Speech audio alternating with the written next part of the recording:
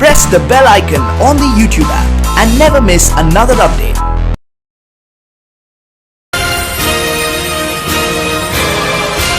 दो 2009 से 14 के बीच का अलवर जिले का विकास देख लीजिए और 14 से 15 तक के भाजपा के सांसद महेंद्र चांदना जो स्वर्गीय होते हैं उनके आना जाना देख लीजिए। कभी उन्होंने आपको शकल दिखाई है। अब उनके चेले मैदान में आए हैं। कि गुरु चेले की एक बात मैं बताता हूं। मेरे साथ चांदना जी विधायक थे, बाई इलेक्शन में जीते थे। जब डॉक्टर करण सिंह जी 2004 में सांसद बन गए थे तो बहरोड से भी विधायक बने थे। तो मेरे उनसे अच्छे सब दूर जान थी।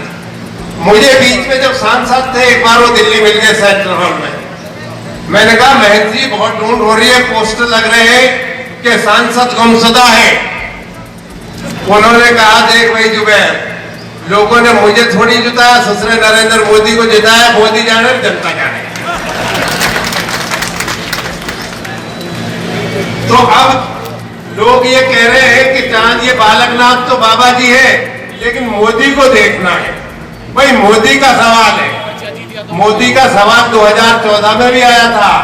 बहनों और भाइयों, अच्छे दिन आएंगे, 15 लाख आएंगे, 2 करोड़ को रोजगार मिलेगा और एक सर के बदले में 10 सर आएंगे।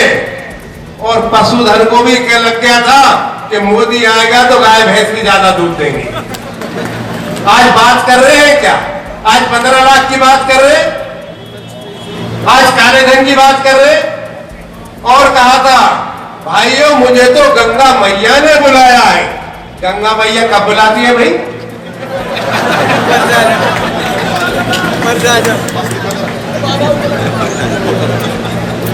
और 65 साल 70 साल का आदमी कहता है मैं तो यूपी में गोद आ गया। गोद कब लेते हैं? बच्चे को लेते हैं। कौन लेते हैं? जो अनाथ होते हैं। तो उत्तर प्रदेश के लोग अनाथ हैं जो एक गोद लिया है इसको। सुबह से शाम झूठ, सुबह से शाम झूठ। इस देश में अगर सबसे ज्यादा शहीद कहीं हुए हैं तो जब जब एनडीए भारतीय जनता पार्टी की सरकार रही है, चाहे कारगिल का युद्ध रहा हो और चाहे अभी अब जो इनके 5 साल में हमारे फौजी जवान बॉर्डर पर शहीद हुए हैं, आतंकवादी हमलों में शहीद हुए, सबसे ज्यादा इनके सामने हुए। और अब तो इमरान खान जी ने जो पाकिस्तान के प्रधानमंत्री ने कही दिया मोदी मुझे चाहिए, मोदी मुझे चाहिए, मैं मोदी को चाहिए। मेरी भगत है। आज पाकिस्तान का नारा रट रहे हैं। कहां गई बेरोजगारी? आज जिस औरत ने, जिस महिला ने, जिस आयरन लेडी ने हिम्मत करी थी पाकिस्तान में नजर उठाने के, 2 टुकड़े कर दिए। आज उसके पोते से देशभक्ति का हिसाब मांगते हैं। शर्म नहीं आती इनको? ये मैं इसलिए आपसे निवेदन कर रहा हूं। अब इनके लोग आएंगे मोदी, और मोदी जो अपनी विहाता बीबी के साथ तो एक दिन नहीं गुजारा और विदेशों में देखते हो ना टीवी में, दूसरे की बेबियों पे थोड़ी भरने को फिरता रहे। तो आपके मोदी का ही टटलू काटना है। और मैं निवेदन करूंगा हमारे मेव भाई, ये अलवर में सबसे ज्यादा अकलमंद हमारे मेव है। ये इतने महंगे हाथी जानवर को कोई नहीं पकड़ने को तैयार है। न इसे यादव बांधे, इतने राजनीतिक जमात है, जाति के लोग हैं। न इसको जाट बांधे, न इसको गुजर बांधे, न इसको बनिया बांधे, न इसको एससी के लोग बांधे, न एसटी के। मेव ही सबसे महंगे को बांधते हैं क्योंकि इनसे बंधवाया जाता है कांग्रेस को हराने के लिए। मुझे भी 2 बार इस हाथी ने हरवाया है, लेकिन अब के भंवर साहब को हराने में कामयाब नहीं होंगे क्योंकि जो हाथी पे 15-15 साल सवार रहे, भाजपा के अध्यक्ष 15 साल से कार्यकर्ता का काम कर रहे हैं।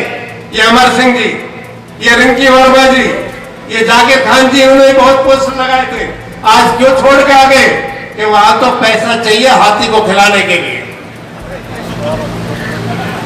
तो हमने कहा भाई तुम पैसे इतने क्यों लुटाते हो? ये बगैर पैसे आ जाओ, जो कांग्रेस पार्टी है बगैर पैसे ही मान सम्मान देती है। मैं गलत कह रहा हूं क्या? बसपा के लोगों बसपा पैसे के अलावा क्या जानती है कि कोई चीज? ये ऐसे लोग और एक झूठ और बोल रहे हैं कि कांग्रेस ने तो कर्जा माफ नहीं किया। जब जब भी कांग्रेस ने कोई वादा किया है, निभाया है। राजस्थान में सरकार बनी, कोऑपरेटिव बैंक और भूमि विकास बैंक, जितने भी बैंक राजस्थान सरकार के अधीन थे, सबके कर्जे माफ कर दिए गए हैं। मैं एक बात कहना चाहूंगा, 2007 में सरदार मनमोहन सिंह जी और सोनिया जी की सरकार ने कर्जे माफ किए थे, क्योंकि बैंक केंद्र सरकार के थे।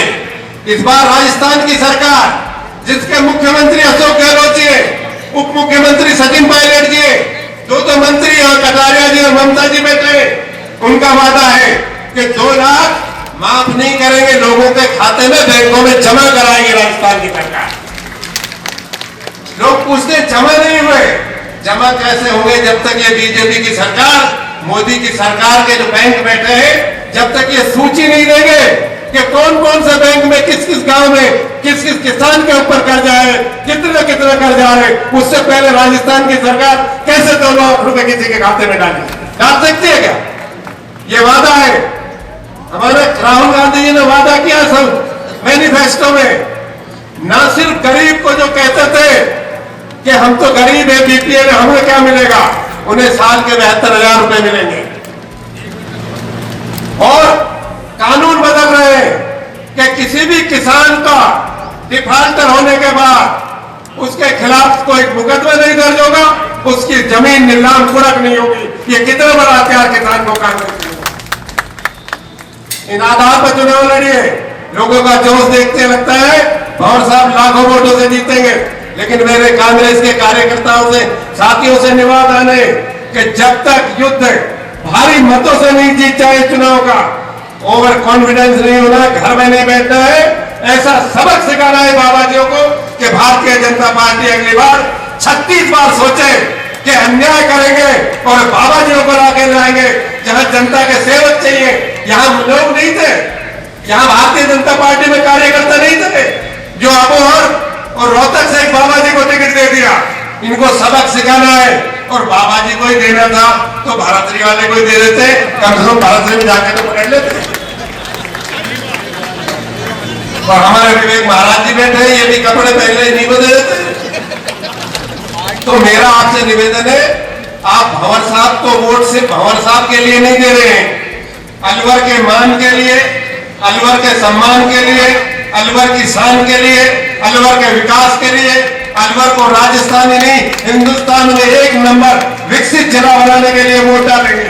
न सिर्फ भंवर साहब का वोट आपको इनको सांसद बनाएगा, ये जो बाबा साहब ने, अम्बेडकर ने संविधान बनाया है, जिसको कांग्रेस के नेहरू जी ने, गांधी जी ने पास करा है, इसके प्रजातंत्र को बचाने के लिए, इसकी आजादी को बचाने के लिए, इस देश की सर्वोच्च संस्थाओं, चाहे चुनाव आयोग हो, सुप्रीम कोर्ट हो, सीबीआई हो, एक बैंक हो, विश्वविद्यालय हो, ये जितनी भी संस्थाएं हैं, जिनके माध्यम से भारत इतना मजबूत बना है कि आज हम अमेरिका और चाइना का मुकाबला कर रहे हैं, इन संस्थाओं को बनाने का वोट, आपका वोट काम करेगा।